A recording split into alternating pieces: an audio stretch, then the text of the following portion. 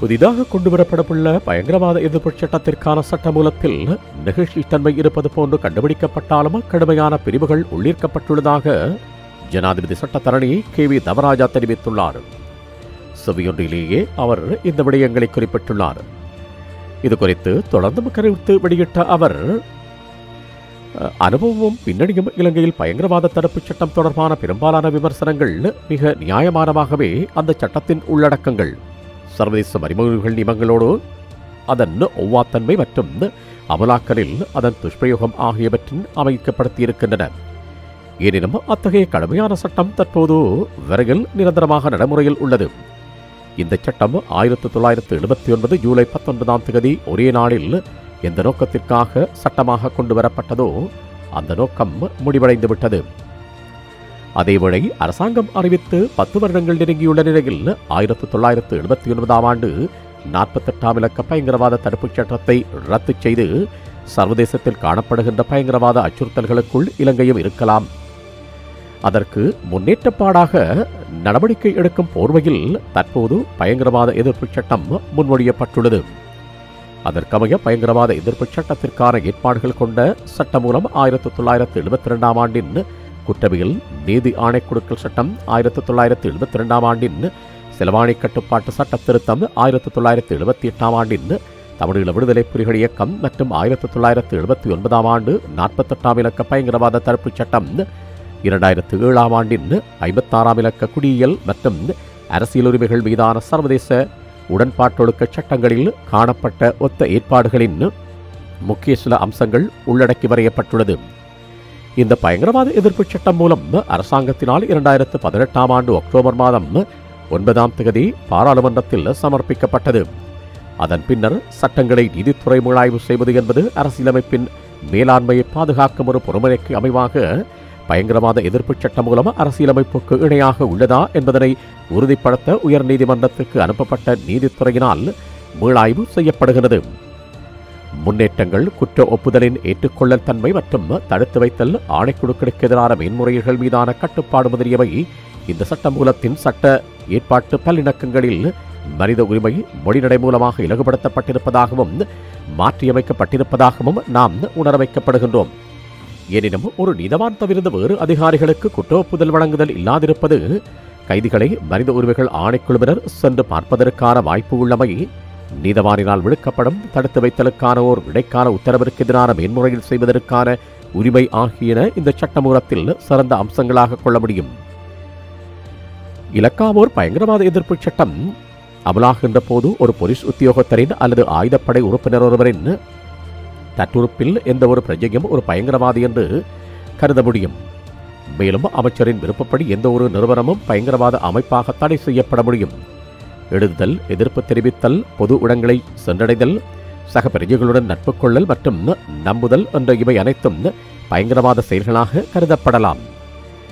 விசாரணைகள், அதாவது சந்தேகத்தின் பேரில் ஒரு பிடியாணையின்றி ஒருவரை கைது செய்வதற்கும் வெறும் சந்தேகத்தின் பேரில் அமைவிடங்கள் பயங்கரவாத செயற்பாடுகளுக்கு பயன்படுத்தப்படுகின்றன என்ற அடிப்படையில் அவ்விடங்களுக்குள் பிரவேசிப்பதற்கும் தேடுதல் செய்வதற்கும் எந்த போலீஸ் அதிகாரிக்கும் அல்லது ஆயுதப்படை உறுப்பினருக்கும் அல்லது ஒரு கரையோர பாதுகாப்பு உத்தியோகத்தருக்கும் புதிய சட்டம் அனுமதி வழங்குகின்றது.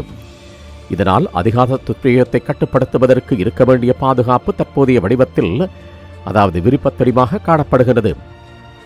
ஏற்கனவே கைது செய்யும் காலத்தில் அந்த கைதுக்கான காரணத்தை அந்த நபருக்கு அறிவிப்பதாக இருப்பதோ, சந்தேக நபருக்கு புரிய மொழியில் அதனை விளக்கிக் கூறாது விடுவதோ இந்த சட்டத்தின் கீழ் சட்டவிரோதமானதல்ல.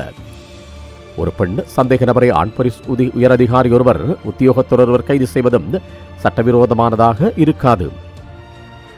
விரும்பாதபடியாக தடுத்து வைத்தல் பயங்கரவாத தடை சட்டம் பாதுகாப்பு அமைச்சருக்கு தாம் இச்சட்டத்திற்கு 9ஆம் பிரிவின் கீழ் விவரிக்கப்படும் ஏதேனும் சட்டவிரோத நடவடிக்கைகளில் ஈடுபட்டிருந்தார் என்று சந்தேகத்திற்கான காரணம் இருக்கும் ஒரு நபரை தடுத்து வைக்குமாறும் கட்டளையிடுவதற்கு வகை செய்கின்றது. அத்தகைய தடுப்பு வைப்பு தொடர்ச்சியாக 3 மாதங்கள் வரையாகும் என்பதோடு அதனை மொத்தம் 18 மாதங்கள் வரை புதுப்பிக்கவும் முடியும். ஆனால் புதிய எதிர்ப்பு சட்டத்தில் சந்தேக நபர் ஒரு குற்றம் புரிந்துள்ளார் அல்லது சம்பந்தப்பட்டுள்ளார் என்று நம்புவதற்குரிய நியாயமான காரணங்கள் இருக்கின்றன என்று பிரதி போலீஸ் மா அதிபர் திருப்தி உருவாராயின் அவரால் தடுத்து வைத்தல் ஆணைகள் வழங்க முடியும். அத்தகைய தடுத்து வைப்பு தொடர்ச்சியாக 14 நாட்கள் வரையாகும் என்பதோடு அதனை 6 மாதங்கள் வரை புதுப்பிக்கவும் முடியும். பயங்கரவாத தடைச் சட்டத்தின் 9ஆம் பிரிவின் கீழ் பாதுகாப்பு அமைச்சருக்கு வழங்கப்பட்டிருக்கும் தடுப்பு காவல் வழங்கும் அதிகாரம் பயங்கரவாத எதிர்ப்பு சட்டத்தின் பிரதி பொலிஸ் மா அதிபருக்கு வழங்கப்பட்டுள்ளது. பாதுகாப்பு அமைச்சருக்கு இருந்த தடுத்து வைக்கும் அதிகாரங்கள் மாகாண ரீதியாக பிரதி பொலிஸ் மா அதிபருக்கு வழங்கப்பட்டுள்ளது. அதேபோன்று அவசரகால ஒழுங்கு விதிகள் நீக்கப்பட்டு விட்டதாக அரசியல் அறிவிக்கப்பட்டாலும் அவசரகால ஒழுங்கு விதியில் பொலிஸ் மா அதிபருக்கு வழங்கப்பட்டிருந்த தடுத்து வைக்கும் அதிகாரமும் மாகாண ரீதியாக பிரதி பொலிஸ் மா அதிபர்களுக்கு வழங்கப்பட்டுள்ளது. குற்ற ஒப்புதல் வாக்குமூலம் பிரித்தானியர் ஆட்சி காலத்திலிருந்து நமக்கு வழிவழியாக வந்து சேர்ந்த சான்றுகள் கட்டளை சட்டம் போலீஸ் தடுப்பு காவலிலே இருக்கும் போது உத்தியோகத்தருக்கு வழங்கிய குற்ற ஒப்புதல் விசேட பாதுகாப்பு வழங்கியது.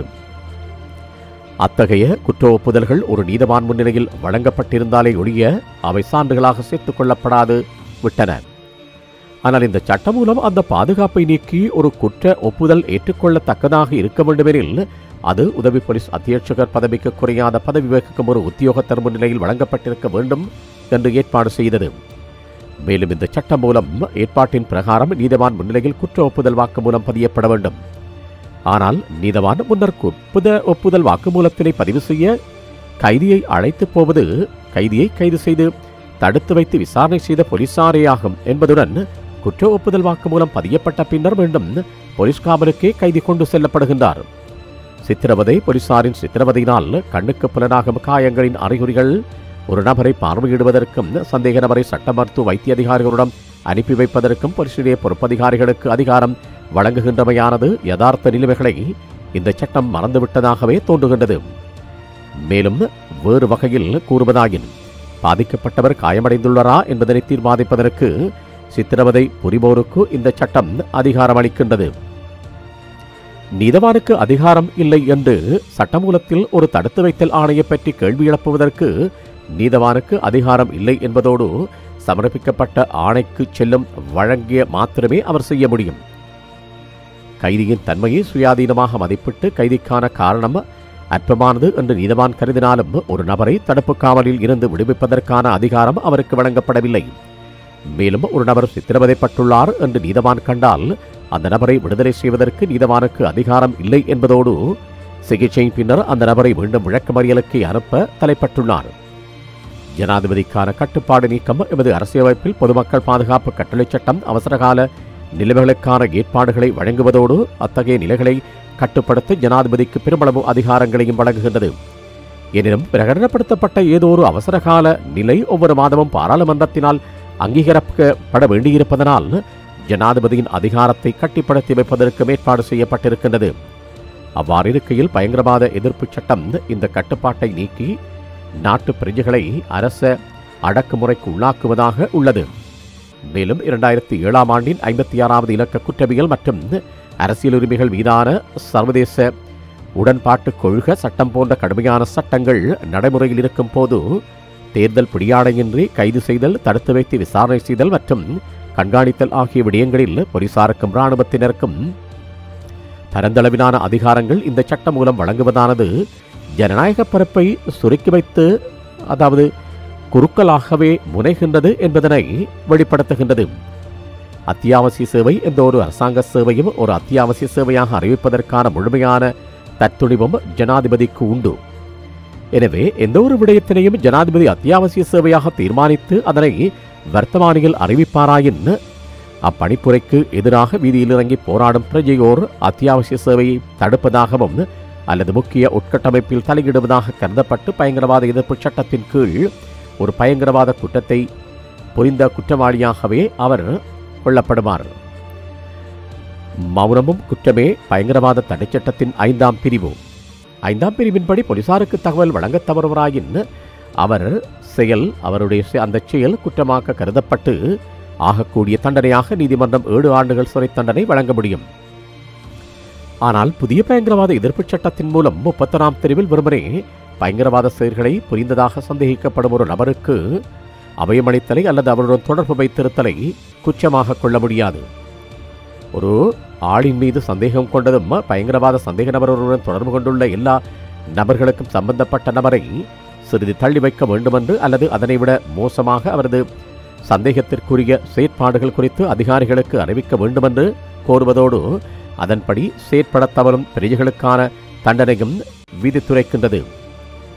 மரண தண்டனை இந்த சட்டமூல ஏற்பாடுகளின்படி குற்றவாளியாக தீர்மானிக்கப்பட்ட நபர்கள் மரண தண்டனைக்கு உட்படுத்தப்பட வேண்டியவர்கள் அல்ல என்பதனையும் ஆறுதல் அளிக்கும் விடயமாகும். மரண தண்டனை விதிக்காமை அரசியல் எதிராளிகளை தியாகிகளாக்கிவிட வேண்டியதில்லை என்ற ஒரு விருப்பத்தினால் தூண்டப்பட்டிருக்கலாம். அதற்கு மேலாக நீதியின் வளமையான நியமனம் மிகவும் பாரதூரமாக நீர்த்துப் போகச் செய்யப்பட்டுள்ள விசாரணைகளைத் தொடர்ந்து ஆட்களை தூக்குமேடைக்கு அனுப்பும் சிந்திப்பதற்கும் மிகவும் கொடூரமான அச்சமென உணரப்பட்டிருக்கலாம். பயங்கரவாத எதிர்ப்பு சட்டத்தின் மூலம் வாசகம் அதாவது 4A மற்றும் அ பிரிவு ஆகியவற்றில் ஒரு ஆளிற்கு மரணத்தை விளைக்கும் எந்த ஒரு ஆளிற்கும் ஆயுள் தண்டனை விதிக்கப்படும் என்று ஏற்பாடு செய்யப்படுகின்றது. எனினும் ஒரு ஆளுக்கு மரணத்தை விளைவிக்கும் எந்த ஒரு ஆளிற்கும் மரண தண்டனை விதிக்கப்படும் என்று தண்டனை சட்டக்கோவையின் பிரிவு 296 ஏற்பாடு செய்கின்றது. எனவே அரசியலமைப்பின் உறுப்புரிமை சட்டமூல ஏற்பாடு மீறுகின்றது. அரசியலமைப்பு உறுப்புரையின் 12வது சட்டமூல ஏற்பாடு மீறுகின்றது என உயர்நீதிமன்றம் தீர்மானிக்குமாயின் மரண தண்டனை உள்வாங்கப்படலாம்.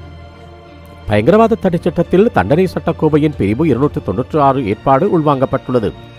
ஆனால் பயங்கரவாத தடைச் சட்டம் நடைமுறைக்கு கொண்டுவரப்பட்ட நாள் தொடக்கம் இன்று வரை தமிழ் அரசியல் கைதிகளுக்கு எதிராக சட்டமா அதிபரினால் தாக்கல் செய்த எந்த வழக்கிலும் பயங்கரவாத தடைச் சட்டத்தில் உள்வாங்கப்பட்டுள்ள தண்டனை சட்டக்கோவையின் பிரிவு 296 கீழ் குற்றச்சாட்டுகள் சுமத்தப்படவில்லை. ஆனால் சட்டமா அதிபர் திணைக்களம் போலீசார் முப்படையினருக்கு எதிராக தாக்கல் செய்த வழக்குகளில் பயங்கரவாத தடைச் சட்டத்தில் உள்ளாக்கப்பட்டுள்ள தண்டனை சட்டக்கோவையின் பிரிவு 296 கீழ் வழக்கு தாக்கல் செய்துள்ளனர். எனவே மௌனம் காப்பது ஏன்? இந்த நிலையில் பயங்கரவாத தடைச் சட்டமானது பயங்கரவாத எதிர்ப்பு சட்டமாக பெயர் மாற்றியுள்ளது. ஆங்கிலத்தில் BTA இணையானது CTA ஆக மாற்றப்பட்டுள்ளது. எந்த நாட்டின் வரலாற்றை பார்த்தாலும் அதாவது பயங்கரவாத தடைச் சட்டம் மூலம் எமது பிரஜைகள் மீது கட்டவிழ்த்து விடப்பட்ட பயங்கரவாதத்தினை தற்போது முன்மொழியப்பட்டுள்ள பயங்கரவாத எதிர்ப்பு சட்டமும் தொடர்ந்து முன்னெடுக்கும் என்பதில் எந்தவிதமான சந்தேகமும் இல்லை. நாம் இந்த நாட்டின் பிரஜைகள் என்ற வகையில் பயங்கரவாத எதிர்ப்பு சட்டம் என்ற வடிவத்தில் நிரந்தரமான பயங்கரவாத நிலையின் கீழ் வாழ்வதற்கு சூழல் உருவாக்கப்படுகின்றதா?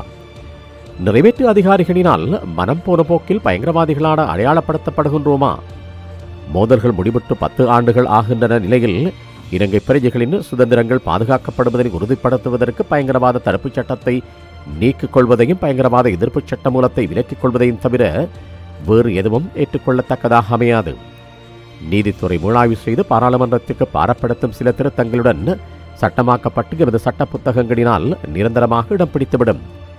ஜனநாயக பரப்பை சுருங்க வைத்து குறுகலாக்கும் வல்லமை கொண்ட பயங்கரவாத எதிர்ப்பு சட்டம் மூலம் தொடர்பாக மனித உரிமை நிறுவனங்கள், ஜனநாயகத்திற்கான குரல் கொடுக்கும் அரசியல் தலைவர்கள், பொது அமைப்புகள் மௌனம் சாதிப்பது அவதானிக்கத்தக்கதும் ஆச்சரியமானதாகும்.